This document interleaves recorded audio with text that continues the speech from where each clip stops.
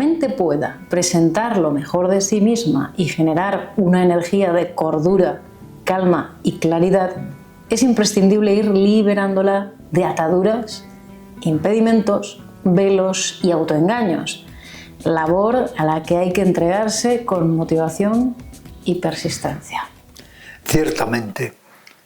Es que al fin y al cabo todos nos relacionamos con la mente.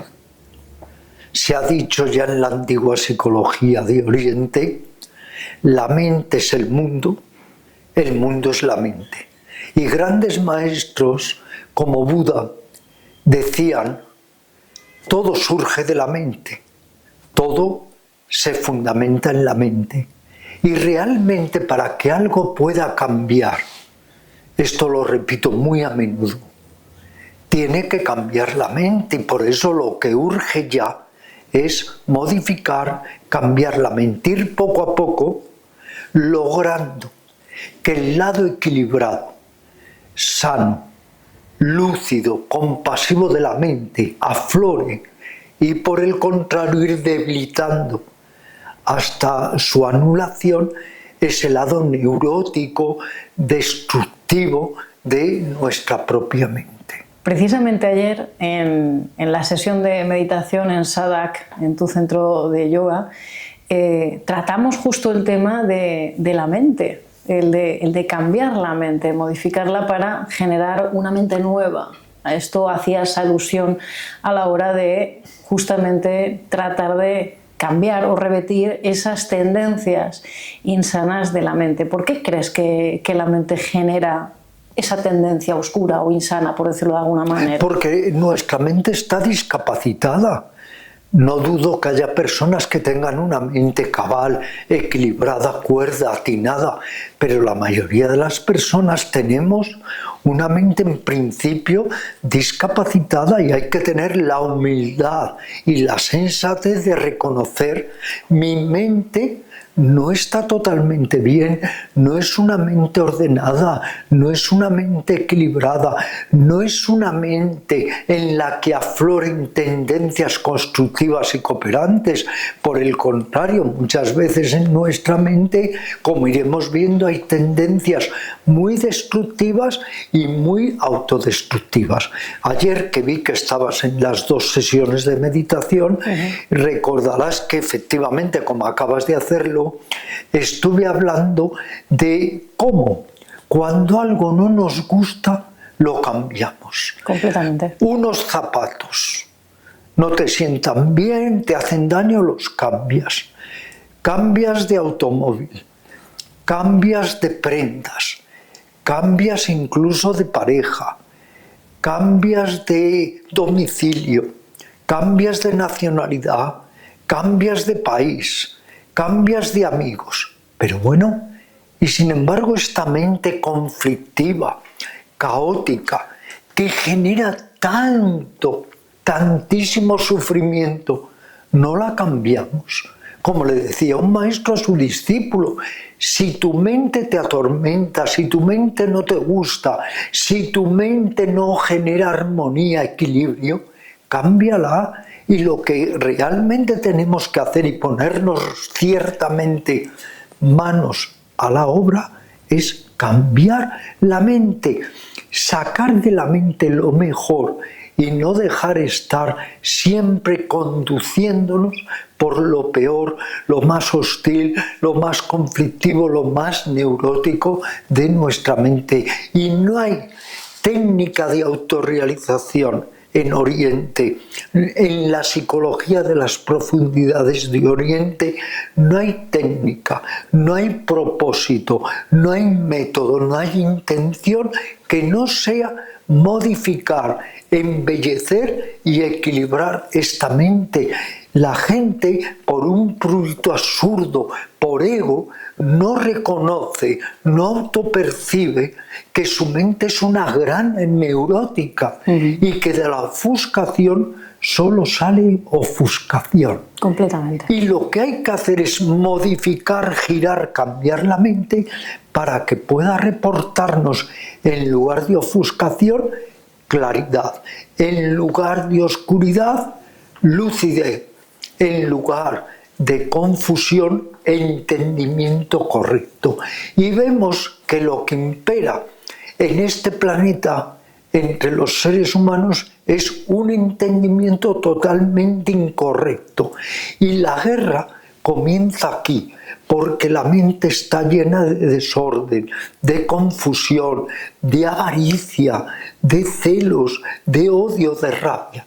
Y lo que tenemos que hacer si queremos ser verdaderos seres humanos y queremos prosperar psíquicamente y desarrollarnos conscientemente, lo que tenemos que hacer es ir poco a poco aceptando con humildad esas tendencias negativas y poniendo todas las enseñanzas y métodos que podamos para debilitarlas y, en lo posible, que sería lo deseable, erradicarlas.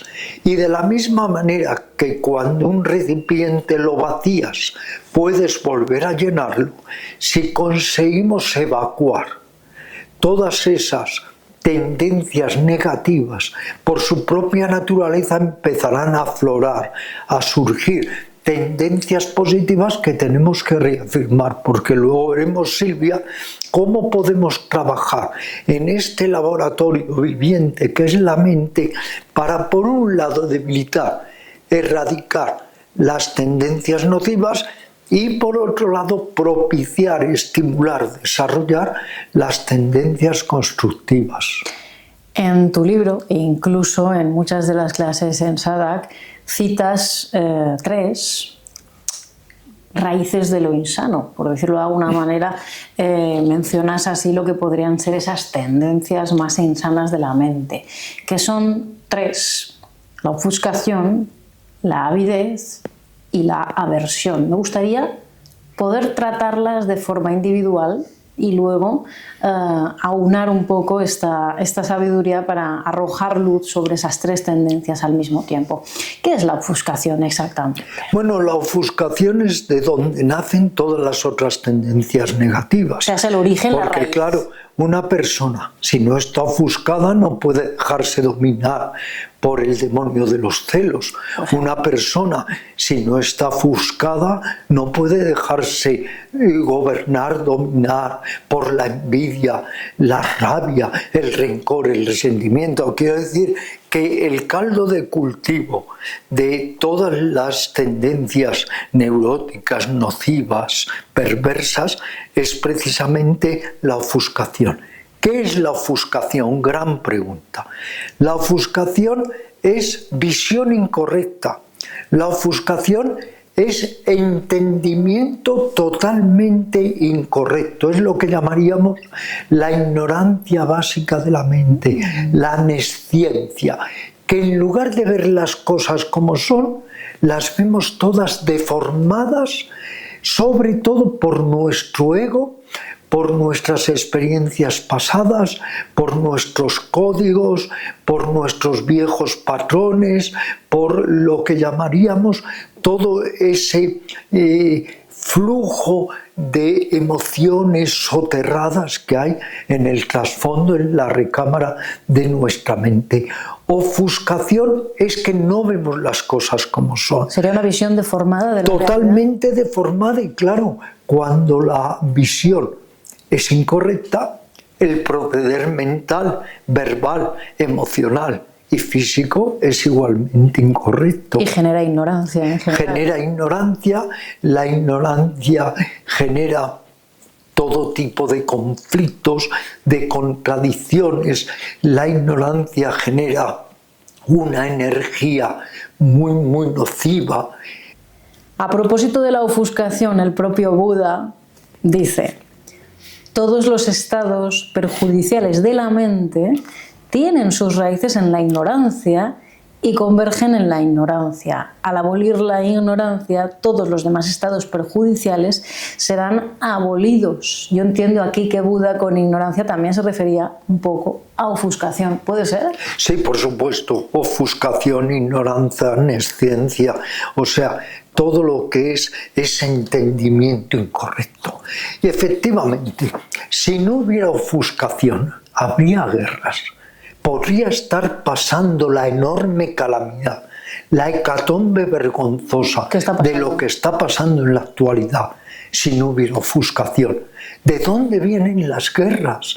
No solo de desigualdades sociales que a su vez vienen también por ofuscación, sino también por entendimiento incorrecto, porque surge el odio, el afán de venganza, el expoliar, la avaricia desmedida. Todo eso nace de ese caldo de cultivo putrefacto y putrescible que es la ofuscación. Si en la mente hubiera entendimiento correcto, claridad, lucidez, ecuanimidad, visión cabal, es que todo esto que vemos que está sucediendo terrible no sucedería.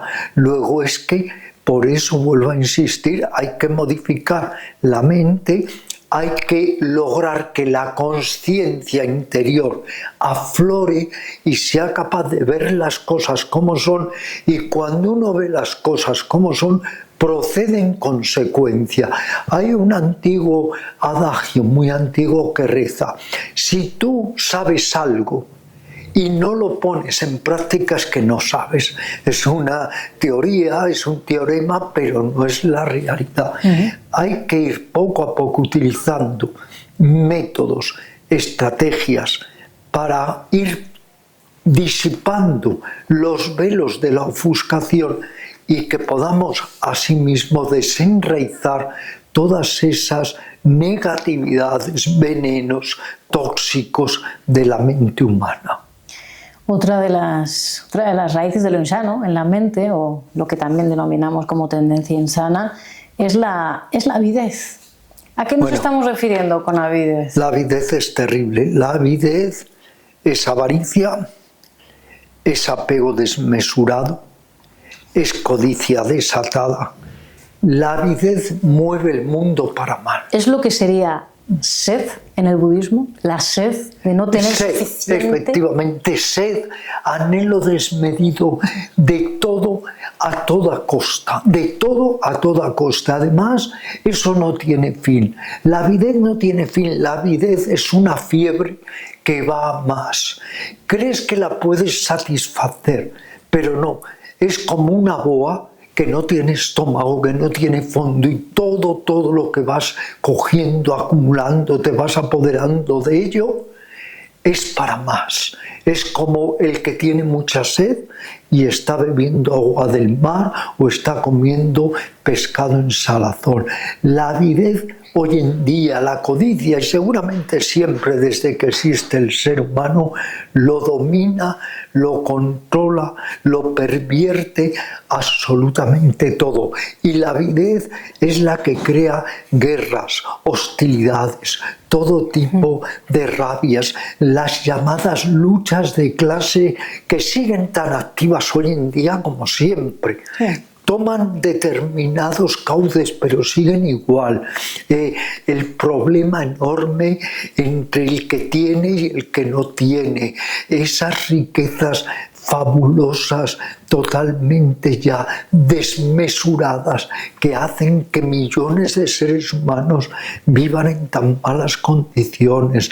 La explotación, la denigración, todo eso surge de ese signo de Caín terrible que hay en la mente humana, que es la avidez, a toda costa.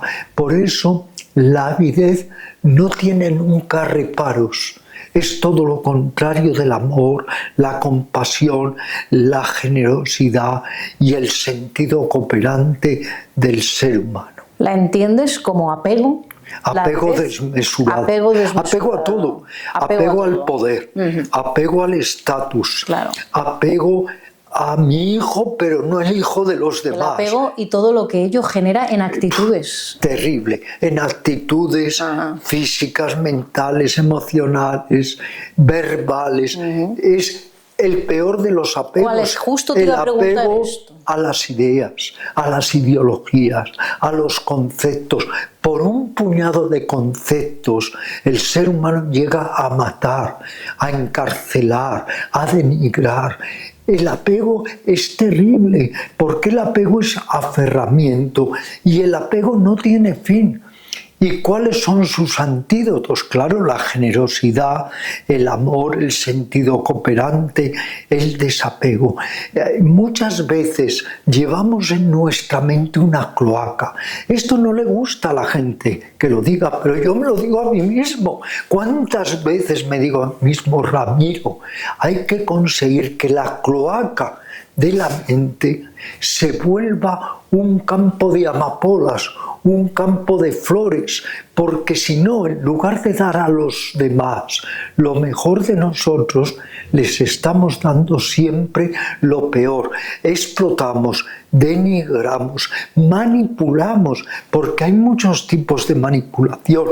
La manipulación del hijo a sus figuras paternas, la manipulación del patrón al empleado, del empleado al patrón, la manipulación del amante a su amada o a su amado, así sucesivamente, porque es el maldito ego.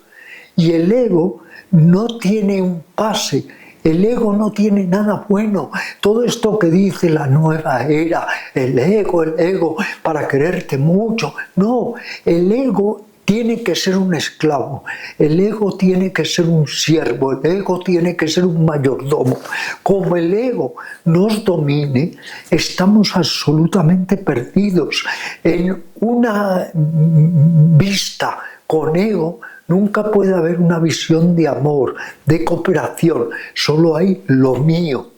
Acumular a todos los niveles, acumular en sabiduría aparente que son los libros, en ideas, en conceptos, en creencias religiosas, acumular en hipótesis políticas que no han llevado a ningún lado a la humanidad, que la han perdido, porque todos son politicastros, no son realmente políticos de corazón puro. Son como gobernantes que desde su ceguera nos arrastran a nosotros y al final, como dice Jesús, todos conducidos por ciegos al barranco. Hay que entender que de las tendencias insanas de la mente nunca puede surgir nada bueno. Por ejemplo, la violencia, la agresividad. ¿De dónde surge todo eso? De una mente totalmente enferma. El maltrato a los animales.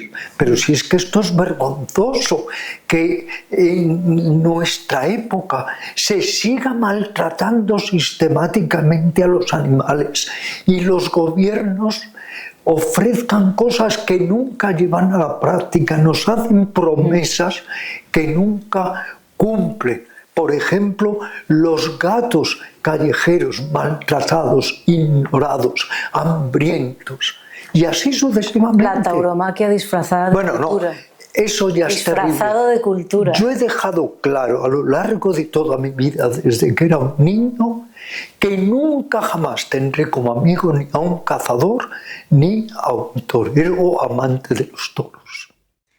Vamos con la tercera raíz de lo insano, Ramiro, que es la aversión.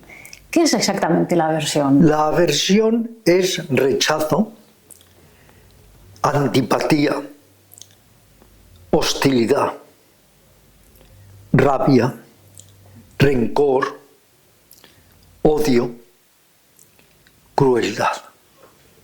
La aversión es que todo aquello que no nos agrada lo rechazamos, pero lo rechazamos muchas veces con una carga de irritabilidad, de ira, de hostilidad, de odio.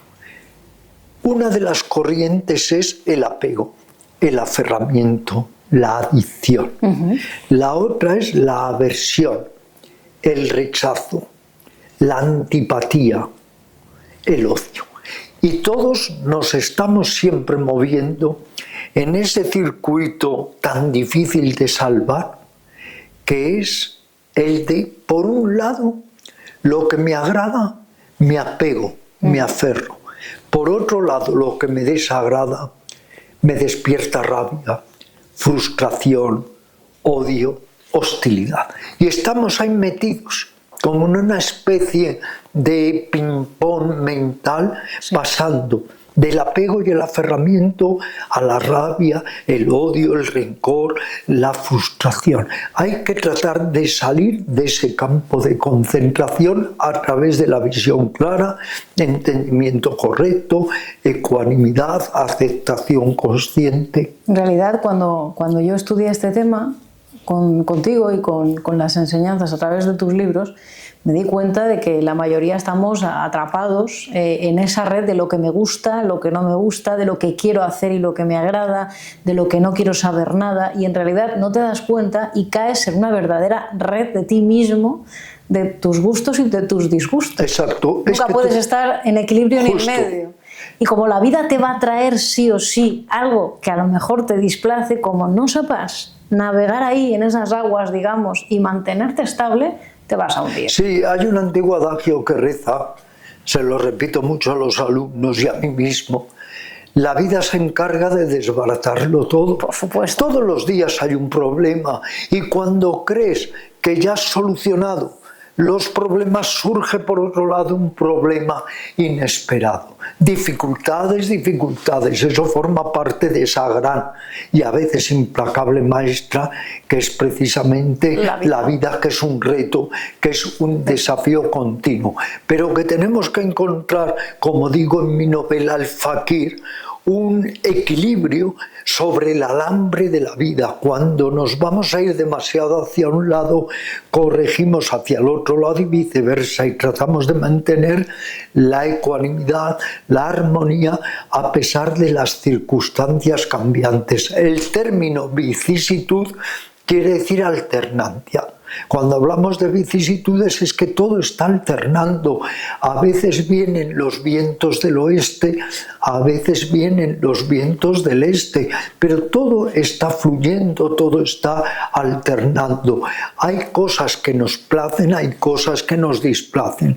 Si estamos siempre en lo que me place, en lo que me displace, hay desorden, hay desequilibrio, hay más y más neurastenia y neurosis. Pero si tratamos de encontrar ese punto en el medio, ese alambre como el alambrista, para tratar de no venirse abajo, eso nos ayuda mucho a afrontar las dificultades de la vida. Completamente, y qué difícil es muchas veces encontrar ese justo medio, porque supone cada vez trabajarse más, cada vez conocerse más. Hay que trabajarse mucho. Y es indispensable. Claro, hay que trabajarse mucho, pero como digo, y tú lo sabes, en mis memorias, el viaje de mi vida, se echa mucho de menos que en la educación no nos hayan dado pautas, valores realmente esenciales para prosperar psíquicamente, equilibrarnos, llevar una vida más armónica, más cooperante. Entonces no se nos ha enseñado nada realmente positivo desde el punto de vista de la evolución y la transformación interior. Yo creo que aquí que casi todo el mundo coincidiría en que la educación actualmente va por otro derrotero, más de la de consigue un buen trabajo que, pues bueno, que te dé bien de dinero y que te dé un buen estatus, digamos, una buena calidad de vida supuestamente, pero no va al desarrollo integral del individuo, ni mucho menos, ¿eh? Esta sociedad por eso aboca al denominado triunfador fracasado. Yo le llamo el síndrome del triunfador fracasado. Sí, esa persona que incluso puede haber obtenido todas sus metas en su profesión, pero que psicológicamente es un desastre, no tiene amigos, no se lleva bien con la familia ni con su consorte, no está satisfecho. No siente plenitud de vivir, exacto, digamos. Es que la gente equivoca lo que es el verdadero arte del noble vivir con el simplemente vivir, entre comillas, para jactarse de sí mismo, alimentar su autoimportancia, fortalecer su ego, su estatus, estar siempre acomodándose al concepto social, malévolamente. social, el concepto del triunfo, del éxito, y por otro lado desdeñar, humillar al que fracasa, al que no triunfa. Es que todos son patrones auténticamente perversos. No nos damos cuenta que hemos ido poniendo, enraizando en esta sociedad, y que al final nos hace a todos de una u otra manera la vida realmente imposible, porque vivimos de espaldas al confort interior, al sosiego, a la verdadera benevolencia, al amor, a la entrega a los demás y a nosotros mismos.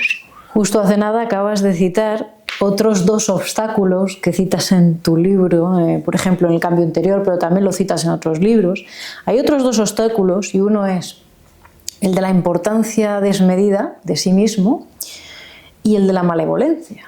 Esto me interesa mucho porque la autoimportancia es realmente un gran obstáculo y entronca con el ego, evidentemente. Por supuesto, la autoimportancia además nos hace muy vulnerables, alimenta la susceptibilidad, la suspicacia, nos hace pusilánimes, despierta celos, afán de posesividad.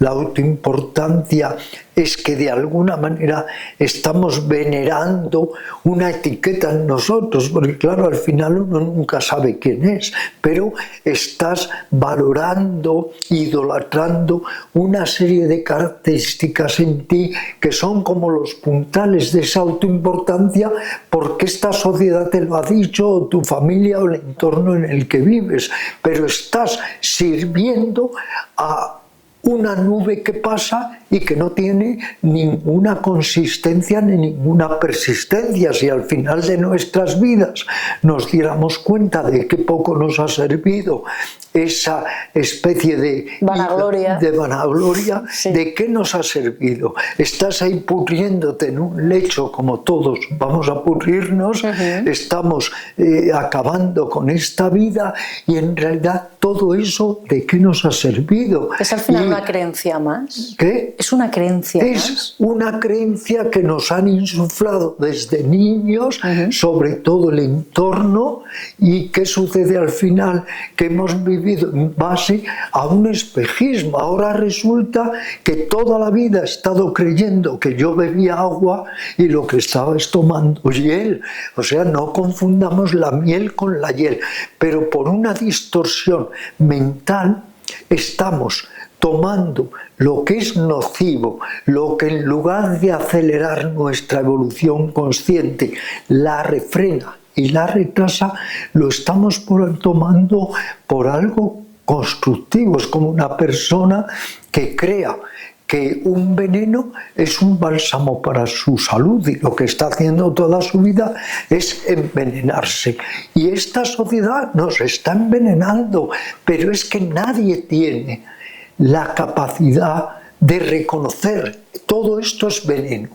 Lo utilizo porque me he hecho un adicto al veneno. También hay lo que se llama el gusano estercolero. El gusano estercolero tú lo sacas del estiércol, lo pones sobre una rosa y atemorizado, aterrorizado, sale corriendo y se va al estiércol, porque es para él su entorno favorable. Nos han engañado haciéndonos creer que con 3 neveras nos sentimos mejor, o con 5 automóviles, etc. Entonces todo eso es un espejismo que se ha fomentado, se ha fecundado, y que por falta de discernimiento y debido a la ofuscación todos nos lo creemos.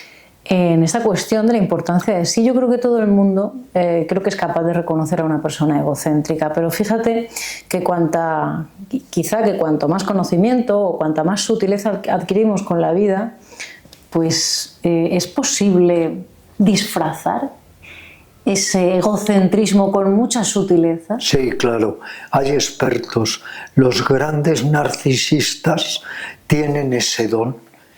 Juegan a ir de humilde a ir de humildes. En realidad Efectivamente, estás fomentando tu estilo cuando contrario. son los más pagados de sí mismos, los más arrogantes, los más prepotentes. Esto es a veces difícil de reconocer, ¿eh? Muy difícil de reconocer, porque tienen el don del enmascaramiento. Se enmascaran, juegan a realizar una serie de papeles simplemente para la galería, pero que en el fondo de sí mismos saben que están utilizando toda clase de vestimentas para engañar, seducir, aducir, explotar a los demás.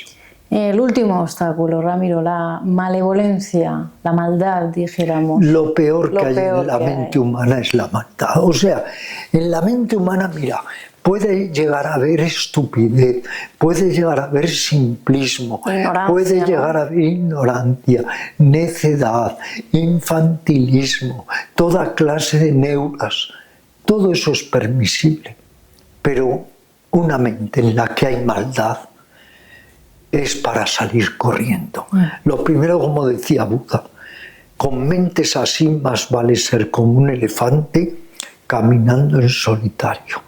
Lo más terrible que hay son esos individuos que no son seres humanos, son duendes, como decía Ramakrishna, disfrazados de seres humanos, pero son duendes malévolos, son duendes realmente perversos que solo miran por sí mismos, no por sí mismos desde lo profundo, desde su ser, sino desde su ego, desde su insaciable narcisismo. Bueno, pues después de citar todas esas tendencias insanas de la mente, vamos a ver cómo podríamos combatirlo o cuáles podrían ser estos antídotos, Ramiro. Afortunadamente hay tendencias insanas, tendencias sanas. Igual que hay personas fundamentalmente bondadosas, que yo les beso los pies, y personas fundamentalmente malévolas, perversas, egoístas y egocéntricas. Todos tenemos tendencias muy enraizadas, por eso a veces es muy difícil debilitar las tendencias nocivas. Pero de la misma manera que la oscuridad se disipa cuando surge la luz, si nosotros logramos que nuestras tendencias constructivas, sanas, vayan surgiendo, irán debilitando hasta erradicarlas las tendencias insanas, las tendencias venenosas. Para toda oscuridad hay una luz. Quiero decir con esto, los bálsamos, las vacunas, los antídotos también están ahí, no están fuera, están indudablemente dentro de nosotros. Puedo tener la tendencia de odio, pero también puedo alimentar la tendencia de amor, la tendencia de benevolencia, de ternura, de indulgencia. Cada uno tiene que convertirse psicológicamente en el arquitecto, el ingeniero de su propia vida psíquica. Escribí un libro que tuvo mucha fama, sigue estando en el mercado, que se llama Ingeniería Emocional, porque tenemos que ser ingenieros de nosotros mismos para ir logrando erradicar, desalojar de nosotros las tendencias, los sentimientos, las emociones de carácter nocivo y destructivo y autodestructivo, y por el contrario, ir estimulando, suscitando, fomentando, desarrollando y desplegando todo nuestro lado constructivo y cooperante. Se puede hacer, no es un sueño, pero hay que ponerse a ello y hay que utilizar las actitudes, los ejercitamientos para ello. Yo diría que hay un primer paso, Silvia, la humildad. Indudablemente, si uno se enmascara a sí mismo, si uno juega al escondite consigo mismo, si uno no se quiere ver tal cual es y se está atribuyendo cualidades positivas de las que carece nunca las va a tratar de conseguir. Si uno se cree que ya es muy generoso, nunca va a combatir su avidez. El que se cree que es muy tolerante nunca va a superar sus celos. Luego, primero, un acto de gran humildad y de gran reconocimiento. Como soy, realmente como soy. No quiero verme como aparento ser, como trato de engañar y seducir a los demás. No, voy a dejar por un momento todos esos autoengaños, pretextos, justificaciones falaces fuera para verme como soy. Me va a desgarrar, me va a conmover, pero si realmente toco fondo, viendo cómo soy, todavía hay una esperanza para ser de una manera más inocente, más ingenua, más pura y más cooperante. Si sigo engañándome a mí mismo y creyendo que soy lo que no soy, nunca voy a hacer nada absolutamente por cambiar. Por ahí no podemos empezar con ningún trabajo de profundización interior, pero a colación con todo esto, citas 3 formas muy buenas y maravillosas de combatir esas 3 raíces de lo insano, más la autoimportancia y evidentemente la malevolencia, que son lucidez, generosidad y compasión. Cierto. Coincides mucho en estas 3. Cambiaría la faz del mundo si un gran número de personas tuvieran lucidez, tuvieran generosidad y tuvieran amor o compasión. Es que en el acto cambiaría el signo de esta sociedad, cambiaría la faz del mundo. Y lo que realmente es increíble es que todos estos valores se olviden y se subestimen.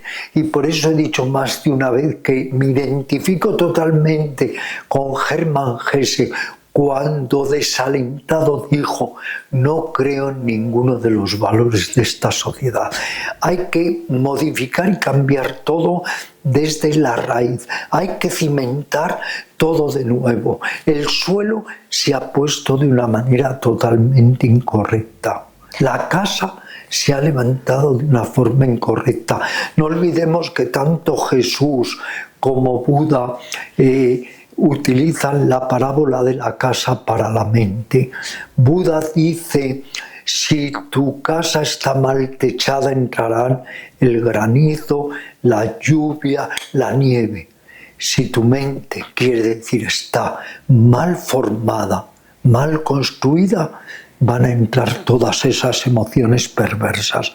Y Jesús dice: si construyes tu casa en lo alto de una montaña, vendrán las lluvias, pero no la arrasarán. Si está en el valle, las lluvias la arrollarán. De nuevo, la casa es la mente. Hay que construirla en lo alto, en la cima de la consciencia, y no dejar que esté dominada por todas nuestras emociones, sentimientos, tendencias venenosas.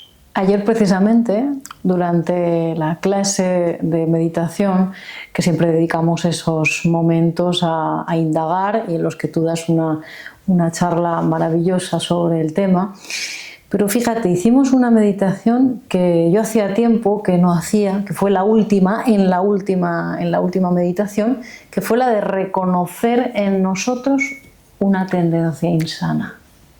Una. Y este ejercicio yo lo recomendaría muchísimo, sí. Para ya empezar un poco a preguntarse, bueno, ¿qué consideraría yo, no? Sinceramente y con honestidad, qué tendencia es más insana en mí? ¿Cuál se reitera más? Claro. Pero uno se lo ha de preguntar, ¿no? Sí, es que es increíble. Contaba yo la anécdota de cómo, por ejemplo, una alumna con gran valentía y honestidad nos dijo en una clase que llevaba 20 años sufriendo, padeciendo de celos, pero después de 20 años seguía padeciendo la enfermedad de los celos. Y un alumno con la misma honestidad y valentía nos dijo que toda su vida había padecido irritabilidad y a veces irascibilidad. Entonces es tremendo que no seamos capaces de cambiar nuestras tendencias negativas. ¿Qué sucede? ¿Que tenemos que resignarnos fatalmente a ellas o por el contrario? Tenemos que aceptarlas, desenmascararnos, que desenmascararse es muy doloroso, pero a partir de ahí tocamos fondo y empezamos a trabajar. Tenemos que reconocer, soy un avaro miserable, o soy un celoso insoportable, o soy un manipulador, hago saber a los demás como si mi manipulación fuera para ayudar y es para yo mismo vanagloriarme o sentirme bien. Hay que ser honesto, y el camino del desarrollo, del crecimiento, es a través de la honestidad, la valentía y empezar a desalojar muchos cachivaches negros que hay en nosotros. Todos arrastramos un sótano inconsciente donde hay muchos cachivaches desordenados, polvorientos, que lo mejor que podemos hacer es cogerlos en la medida de lo posible y soltarlos cuanto antes, arrojarlos por la borda lo antes posible.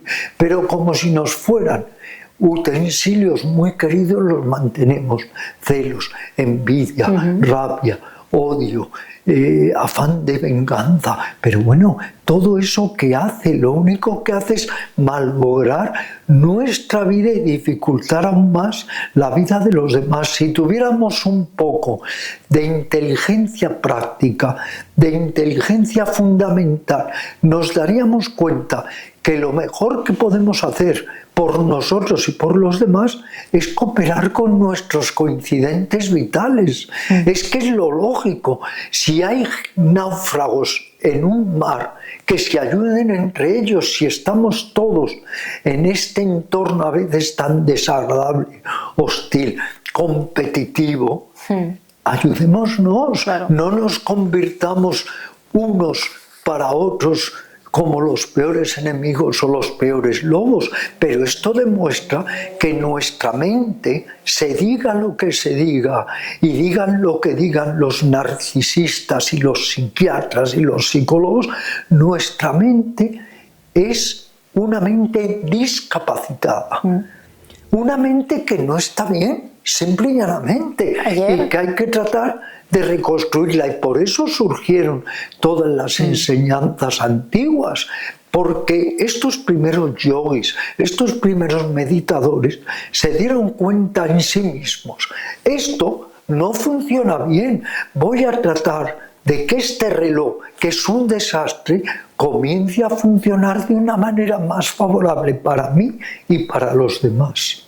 Pues ayer dijiste una de las frases que a mí más me resuenan, que es urge cambiar la mente, y yo empezaría por realmente a combatir esas tendencias insanas reconociéndolas. Exacto, es que eso es lo normal. Inquiriéndose a uno mismo y diciendo, bueno, ¿cuál es realmente esos puntos flacos míos? Exacto, cuando viene alguien de esta llamada nueva era, estos falsos terapeutas, estos falsos coaches, estos falsos profetas, y te dicen: gústate mucho. Pero ¿cómo gústate mucho? Disgústate profundamente, porque estás viviendo una mala copia de ti mismo. Trata de darte cuenta con humildad que no estás viviendo lo mejor de ti, estás viviendo lo peor, y trata de empezar desde ahí a modificar, cambiar, transformar. Igual que el artesano coge un trozo de madera y lo esculpe, tenemos que esculpirnos a nosotros, no aceptar desde niños: soy egoísta, soy explotador, soy manipulador, soy celoso. No te aceptes, disgústate profundamente, porque cuando te disguste profundamente, eso que estás padeciendo será como un furúnculo que por fin te deshaces de él, y si no, que toda la vida lo mismo, complicándote a ti la existencia y complicándosela a los demás, y alimentando constantemente el ego. Ese ego que no va a ir a ninguna parte. Ese ego que el día que tu corazón se pare, El ego afortunadamente se para, porque lo que sería que los egos siguieran por ahí, ya eso sería el colmo. La esperanza que queda es que al morir el cuerpo, el ego, por lo menos lo que es el ego individual, este ego perverso, egocéntrico, egoísta, muere. Y Ramiro, ¿qué herramientas prácticas nos propondrías para combatir esas tendencias insanas de nuestra propia mente? La primera, autoobservación. Observarnos, mirarnos, Y reconocer. escudriñarnos, reconocer, aceptar, pero aceptar para cambiar, no aceptar para encogerme de hombros y resignarme fatalmente. La primera. Segunda, discernimiento. Esa capacidad que tiene el ser humano, si la queremos perfeccionar, que es ver las cosas como son para proceder en consecuencia, distinguir, discernir, separar, decir, esto es lo provechoso para mí y para los demás, esto es lo beneficioso para todos los seres sintientes, y por otro lado, esto es lo no provechoso, esto es lo perjudicial, esto es lo que tengo que apartar en la medida de lo posible de mi vida. Y tercero, meditar, volver al hogar interior, estar con nosotros, entrenar armónicamente la mente, mejorar nuestro sistema emocional, tratar de reconciliarnos con nuestro ser interno, descubrir la diferencia que hay entre un ego manipulador y una esencia estable y equilibrada. Y a todo ello yo añadiría, Silvia, las palabras de un poeta alemán que decía: si lo quieres, no es un sueño.